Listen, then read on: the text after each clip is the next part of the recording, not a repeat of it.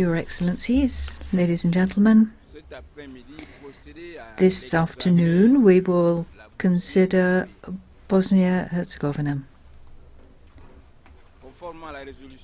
Pursuant to Resolution 5/1, consideration will be based on the following documents: the national report, the compilation report prepared by the High Commissioner for Human Rights, and the summary of information contributed by other stakeholders.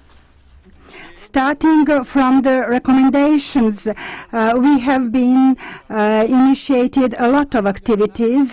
We continued the progress in acceding to various international human rights instruments, such as the European Convention on the Protection of Children Against Sexual Exploitation, and has prepared the initial report on the implementation of the Convention, which has been submitted to the Lanzarote Committee.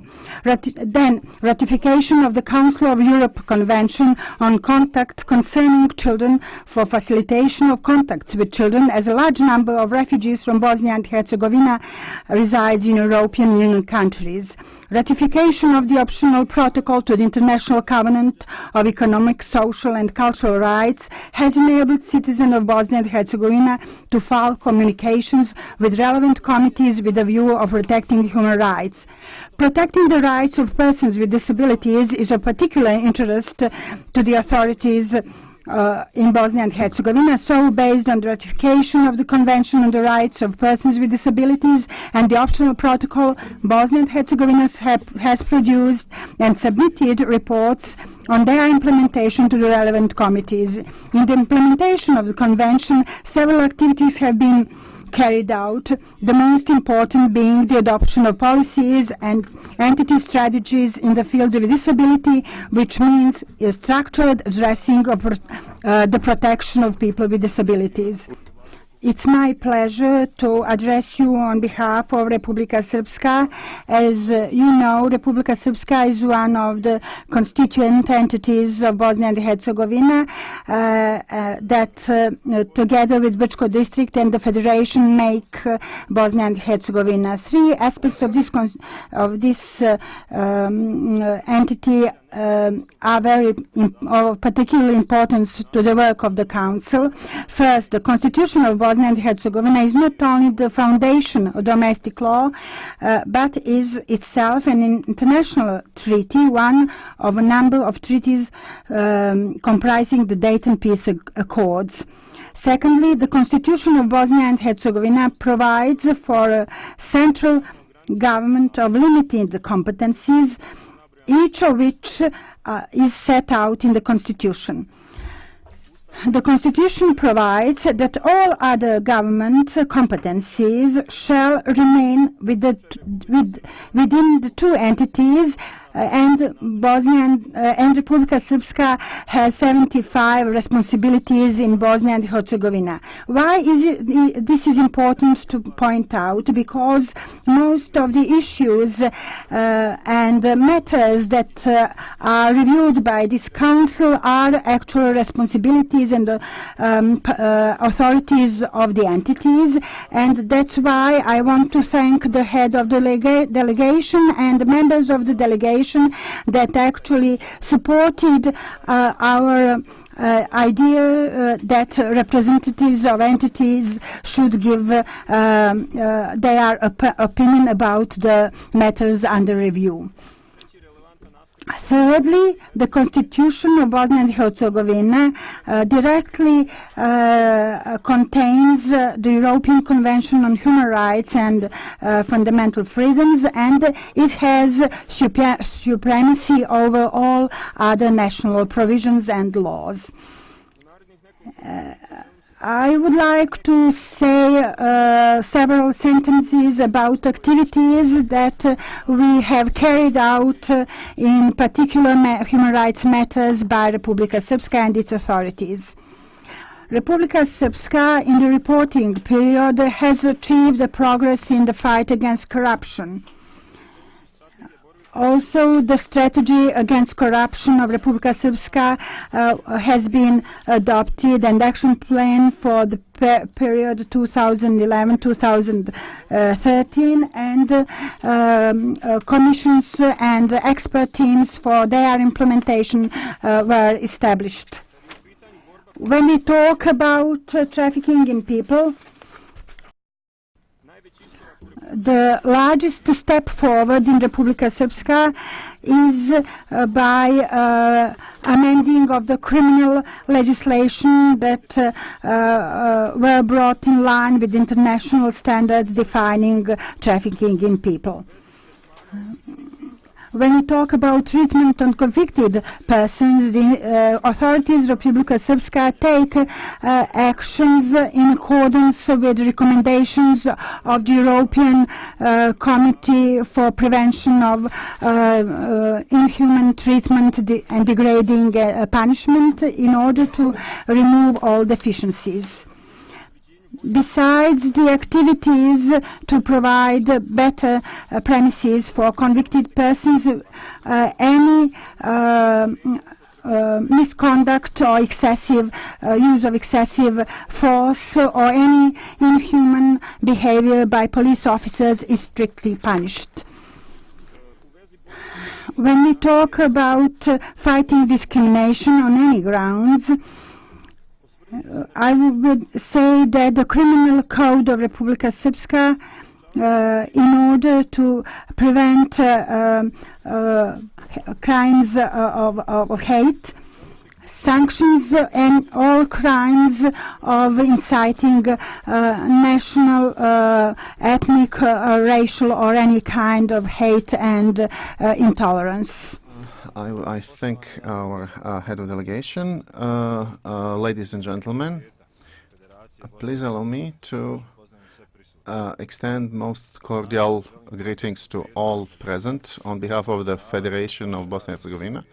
In particular, I want to welcome the chairman and the members of the working group of the UN Human Rights Council and representatives of the NGOs, and to take this opportunity to brief you about the situation of human rights in the Federation of Bosnia and Herzegovina, what has been achieved and what continues to be undertaken for their enhancement. Bearing in mind the limited time, this address will touch only the most prominent topics in the domain of human rights and the related positions and activities of the institutions of the Federation of BNH. One of the gravest issues that is my duty to raise is the matter of discrimination against the citizens of Bosnia and Herzegovina and accordingly of the Federation of BNH on any grounds. In this regard, ladies and gentlemen, in this place we wish to clearly and unequivocally to declare the position of the government of the Federation of Bosnia and Herzegovina. We are aware that there is discrimination in certain areas and we want and must confront it. The government condemns any statements and actions that include discriminatory aspects and strongly supports the combat against discrimination. Acting in accordance with this determination, the government and the authorities enacted a great number of laws and statutes and took a series of measures and activities aimed to confront the problem of discrimination of citizens. Still, we hold that the initiation of constitutional reforms would be of utmost importance, as we are all profoundly aware that the existing constitutional framework includes inherent discriminatory provisions which have to be eliminated. The Prime Minister, as well as other members of the government of the Federation, have on multiple occasions publicly affirmed the need to boldly undertake the constitutional reform, principally in order to ensure the equality of all citizens without regard of their racial, gender, ethnic or any other affiliation, but also to reduce and simplify the complex and costly government bureaucracy. Such an undertaking requires the support of friendly nations so that Bosnia and Herzegovina and her citizens may enjoy the same universal rights and freedoms that are enjoyed by the citizens of most advanced democratic states. Thank you very much for today's constructive dialogue. On our part, we tried as much as possible for this short period of time to give some answers to all of your questions, but one summary is that Bosnia and Herzegovina has made great progress on the human rights front. We have designed strategies and action plans that should be now implemented, because it's very important to implement what we have put on the paper. Thank you for your suggestions and comments you have given today, and we are really encouraged to implement all of them until the next UPR cycle, and it's good that when we do something that somebody appreciates that, because the matter of human rights is very complex and it requires for a lot of factors, including funds, equipment, and so on. Our country has suffered from war, refugees, and human rights are very important for Bosnia and Herzegovina, and all authorities of Bosnia and Herzegovina will take measures and do their best, so that we'll be proud to tell you that we have improved the situation, human rights situation, for the next UPR. We're now going to proceed to the adoption of the draft report on Bosnia-Herzegovina. The Troika for this report comprises the representatives of the following countries: the Russian Federation, Sierra Leone, and the Republic of Korea.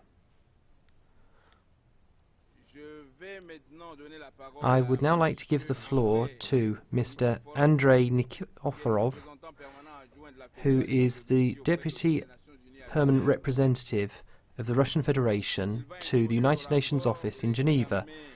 He is going to present the report on the UPR of Bosnia-Herzegovina on behalf of the Troika. You have the floor, sir. During the interactive dialogue with Bosnia and Herzegovina on 5 November 2014, 62 delegations delivered statements and 10 delegations sent advanced questions. During the discussion, Bosnia and Herzegovina received 167 recommendations. These recommendations will be examined by Bosnia and Herzegovina and the response provided no later than the 28th session of the Human Rights Council in March 2015.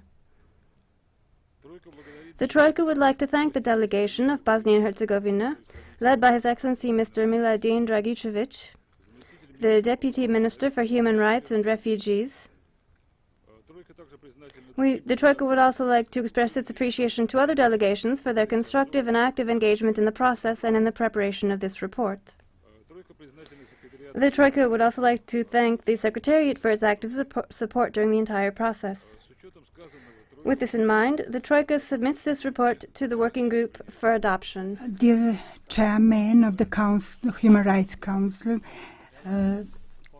dear members of the Council, ladies and gentlemen, on behalf of the delegation of Bosnia and Herzegovina and in my own name, I wish to thank you for the warm welcome and comfortable working environment of the 20th session of the Working Group for Universal Periodic Review of Human Rights Situation in Bosnia and Herzegovina.